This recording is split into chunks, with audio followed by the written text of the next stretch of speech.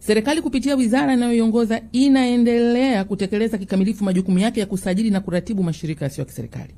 kufuatilia na kutathmini shughuli na miradi yao, kuhakikisha uwajibikaji na uwazi katika matumizi ya rasilimali, pamoja na kusimamia uzingatiaji wa sheria na sera za taifa, ikiwemo sheria ya mashirika yasiyo ya kiserikali ya mwaka 2001 na mwongozo wa uratibu wa mashirika yasiyo ya kiserikali wa mwaka 2023. Lengo ni kuhakikisha mashirika hayo yanachangia kwa dhati maendeleo ya jamii, utekelezaji wa dira ya maendeleo ya taifa 2050 na kudumisha uwajibikaji wa kijamii. Hapa tunaona kwamba serikali inafanya kazi pamoja na wadau wa maendeleo. Katika eneo la uratibu wa mashirika yasiyo ya kiserikali, serikali imeendelea kuboresha huduma za usajili wa mashirika hayo ili kupata taarifa za mashirika husika na wadau kiganjani kupitia ramani ya kidigitali iliyomo ndani ya mfumo wa usajili. Tuna ramani ya kidigitali, yani unaingia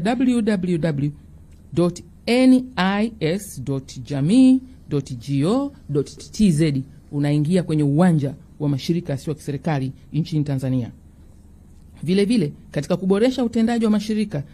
haya, serikali imeanzisha dawati la uratibu wa shughuli zinazotekelezwa na mashirika yasiyo ya kiserikali ndani ya wizara za kisekta na sekta binafsi, mfano mabenki, ili kuimarisha uhusiano, ubia na utoaji wa huduma kwa wakati, na kuratibu majukwaa ya mashirika hayo, ambapo hukutanisha mashirika haya yasiyo ya kiserikali na wadau wengine ili kujadili utekelezaji wa vipaumbele na masuala mbalimbali ya maendeleo kwa ajili ya kuimarisha sekta ya mashirika haya.